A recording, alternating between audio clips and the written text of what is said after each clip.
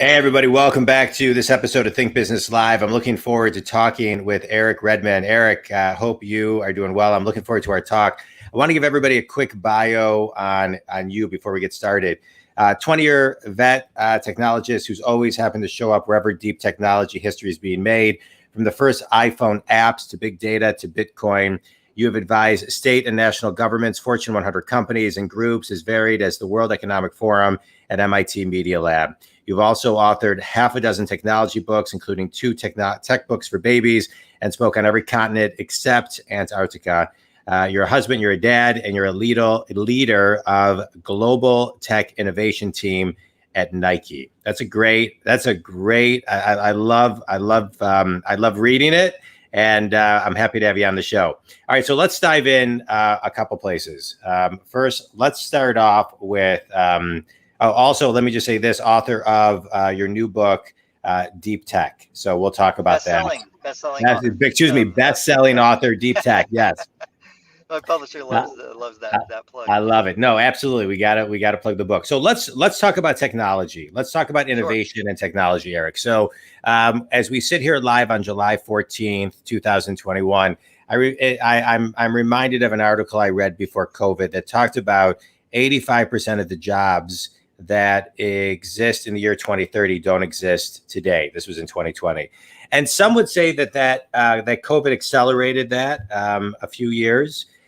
But as we look at this next decade, right, as companies figure out how to adapt and pivot and grow and communicate and innovate and reinvent, how should they be thinking today? Yeah,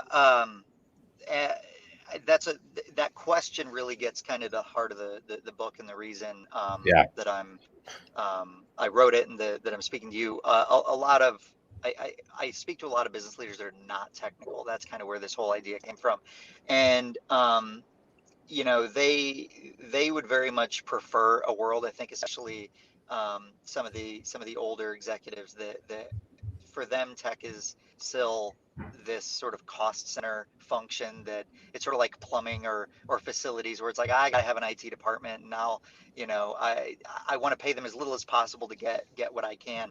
I think the sea change happened right now, and it was happening already with digital transformation and industry 4.0. It was accelerated through COVID. This understanding that leveraging technology is not just for tech companies anymore, and B, it's not optional anymore. It's not one of these things that you can choose to minimize and marginalize with a hope that that maybe it won't be a problem that you have to solve. You've got to be involved in it. And I think, just look at the market cap of companies that leverage tech really well, and they they're valued considerably higher, because even Wall Street understands this, that it's not just about digital first or digital native. You can come in with a strong digital transformation identity, and you're rewarded in that way as well. I mean, talk about Nike. I mean, look at what just happened over the last quarter. They went from, I think it was 140 to 160, or 130 to 160 overnight, on the strength of their digital first strategy. Yeah. And so I think about technology in the way I think about politics. Like, people understand politics. Like, if you've got more than two people in a room, there's going to be politics. And there are folks who would like to abstain. Like, my wife's always saying, I don't want to play politics at work. It's like, no. You're playing. You can either You're playing whether you want well to or not, or play it poorly. And that's what it is with tech right now. You can either leverage tech well or leverage tech poorly, and those are your choices. And so, to leverage it well, you need to understand at minimum a minimal tech literacy of what's out there right now. And that's really what the book's about AI and IoT and extended reality and blockchain and on and on. Yeah, let's talk about some of that, though, because I think, as you point out in your book, the 2020 to 2030 will be remembered among the most transformative in history. And so, I think as human beings, we're all looking to personally transform. And so this next decade, it's almost, I think, hard to comprehend how much we can actually transform over the next decade.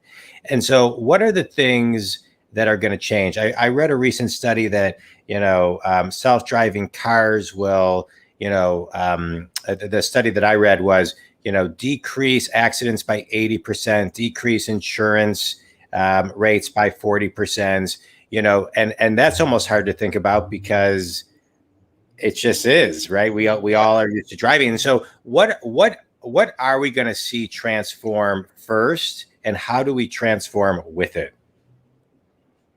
Yeah, it's a great question. I like that you brought up cars. There was an old editor quote that says that a good sci-fi writer could have predicted the car, but a great sci-fi writer could have predicted the traffic jam. Yeah. And so, just saying, hey, there's going to be self-driving cars is not sufficient, and we got to be a little more creative and say, hey, what are the ramifications of that? I like that you brought some up. There are interesting studies that shows that, look, 95% of a car, let's stick with cars right now. 95% of a car life is spent just sitting in a parking lot Right. unused. And so the mere existence of vehicles that can drive themselves, or they can pick someone up, drop them off, like in a sort of an automated Uber chauffeur scenario, well, suddenly the need to own a car drops considerably. It costs about $1.25 per mile on average to be transported by car. When you have self-driving and electric cars, which is another integral component, that drops down to 25 cents a mile. And so the value of owning a car drops precipitously. It's like you Yeah. mentioned, I mean, some of those costs are driven down by like insurance and things like that. Okay, well, there's not an incentive to own a car. They're shared as part of a fleet. You rent them as you need them. You pay less than you pay now. They're safer because they don't get in accidents, which drives down insurance. Right.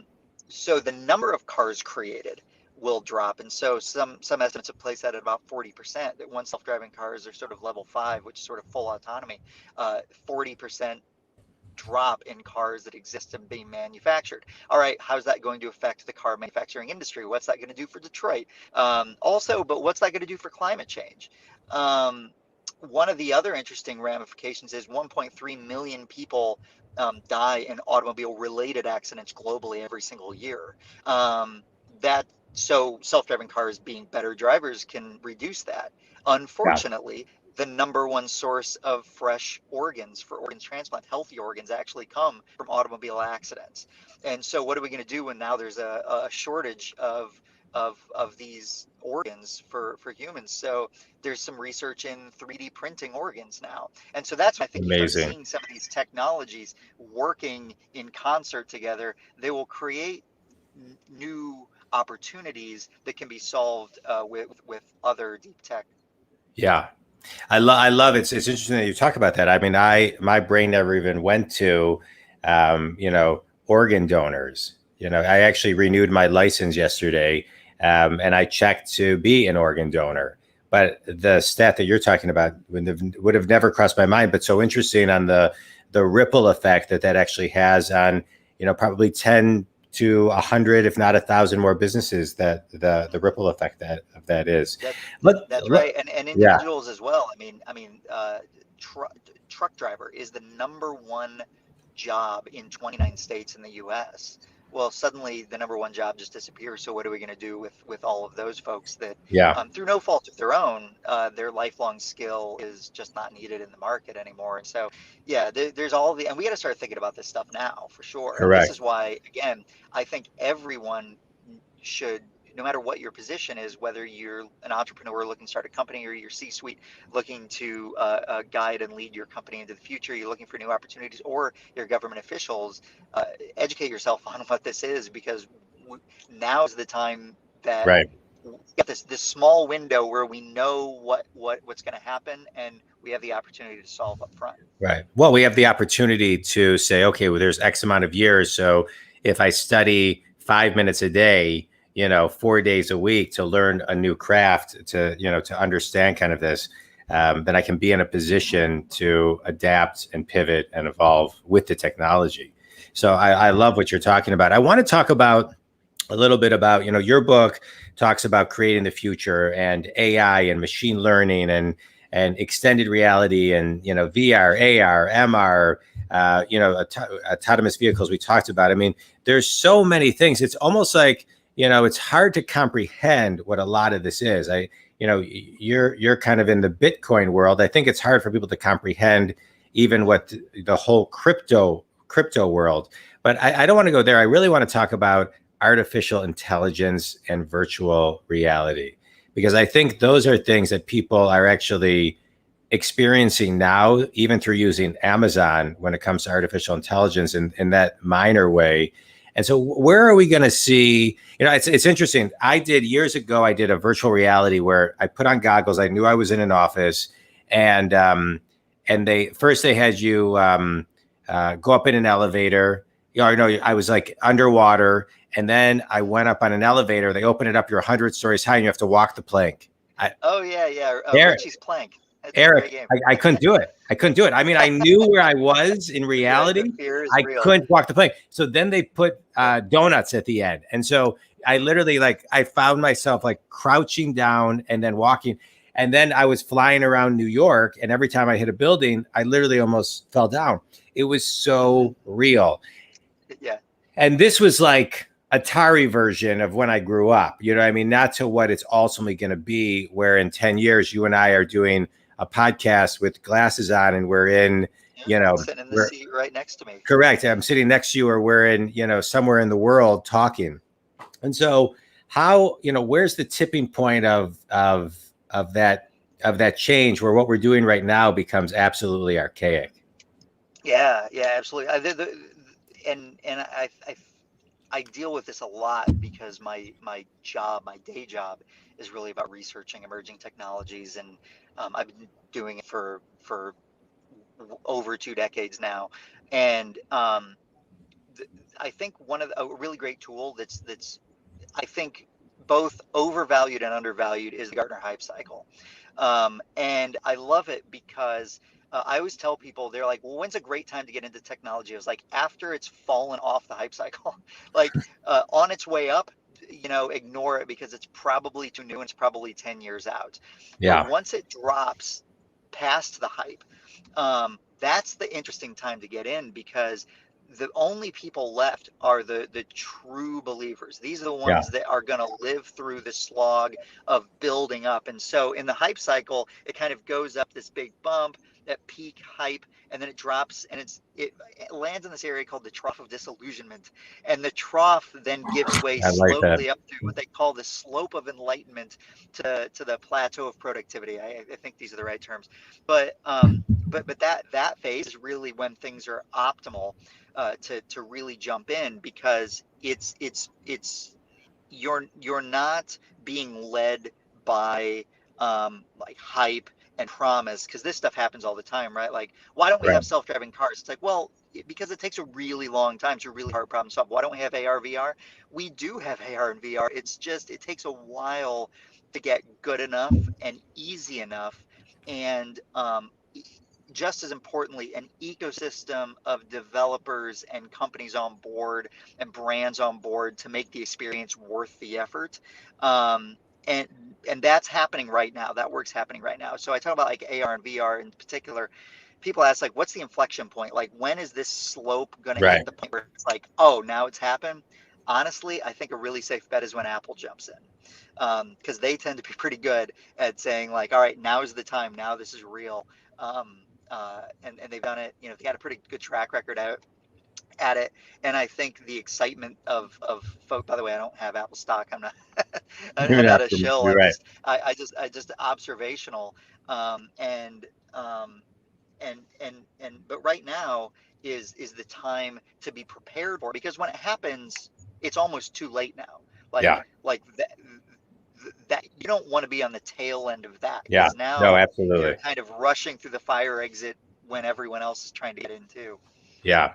Well, I love it. And I'm curious to see, if you just think about storytelling and movies and marketing, and as people communicate, there's something known as narrative transportation, where somebody telling a story, whether it's in marketing or they use it a lot in movies, and you are transported to that place, to that story, to the characters, connect. And so the technology is going to allow this narrative transportation to be so enhanced to glue people so much faster to companies as they use it for marketing. So you work with Nike, right? So you have your book, Deep Tech, which is a best-selling book, can be bought, I'm assuming, on Amazon and any bookstore. But with Nike, working in the innovation space of Nike, what has that been like as far as the evolution of, I mean, I'm 49. When I was a kid, there was a couple types, five different Nike shoes to pick from. Now shoes are really something that not only, from a fashion standpoint, but the innovation in a shoe is spectacular. So what has that been like to work with Nike over the past many years? Yeah, I mean, it's a matter of public record what my day job is. I, I, I'll try not to speak on behalf of Nike, or the kind of work I do tends to be leading edge to the point where it's hard to discuss. So I can talk about the fashion industry in general, and the trends that I see coming. One of the things that you're seeing a lot of, um, publicly, whether it's Gucci or whoever, is this interest in virtual fashion. And if you think about the fact that, um, fashion is largely art that you wear, and we're getting into this world of sort of augmented and mixed reality. Um, how do you combine this need for people to express themselves, with the fact that there is a sustainability, concern with things like fast fashion, where you just buy a shirt and you throw it away, or even just the manufacturability and carbon footprint of all of that, um, ownership, um, the ability to express yourself in new and novel ways. All of this is sort of coming to a head in something called the metaverse. And the metaverse, for lack of a better word, is sort of the next, evolution of the internet, where, all of this emerging tech, all of this deep tech comes together. So you've got your wearables, quantitative self. You've got your virtual reality, your augmented reality. You've got blockchain, your NFTs, your non-fungible tokens for Yeah. ownership. And so, imagine a world, and this is happening already in some interesting experiments, where, like DressX is a great example of this, where someone will design, a dress and then superimpose it onto someone else, and then that's like your Instagram photo, and it's only theirs. They can own it through an NFT, and it's unique and it's provably unique. And they can resell it just like they could any physical good. So I think, to me, that's like the next interesting frontier So in cool. the fashion space. Yeah, I would love to maybe have you on some of my Coffee with Johns and my morning shows and talk a little bit about Bitcoin, NFTs, things of that nature. Tell everybody a little bit more about your book. I know we talked about it, but tell everybody a little bit more about the book and what they're going to get when they're done reading it. Sure, yeah. So, it's the book is really a primer on 7 transformational technologies. You had brought up earlier about how this decade is going to be transformative. A big reason is, um, economists have this concept called general purpose technologies. A general purpose technology is something that materially changes the gross world product in some way, and the way that society lives and works and how we interact with the world. So you can think about like the invention of electricity, the invention of the steam engine, the invention of the internet and computers. Well, this decade, and usually a general purpose technology will come once a generation or twice a generation at best. There are only a few dozen in history, like writing. This decade alone is the emergence of 7 general purpose technologies. And so that's what are all collected together in deep tech: artificial intelligence, extended reality, Internet of Things, blockchain, which includes crypto and NFT, 3D printing, quantum computing, and, autonomous robotics, namely self-driving cars. And you put all of those together, and, that is step one, to learn those technologies. Once you know them, then this is where the interesting work comes in. Everyone can, take this sort of combinatorial creativity of wiring them together to solve your specific problem, or open up opportunities for you and your customers. Sounds amazing. And those 7 technologies, you're saying within the next 9 years will have $100 trillion impact on on the global economy. Yeah, that estimate was last year. Actually, I've heard around 250 now. 250. So in 1 year, it's gone from 100 trillion to $250 trillion. Fascinating. All right. So my last couple of questions for you, Eric.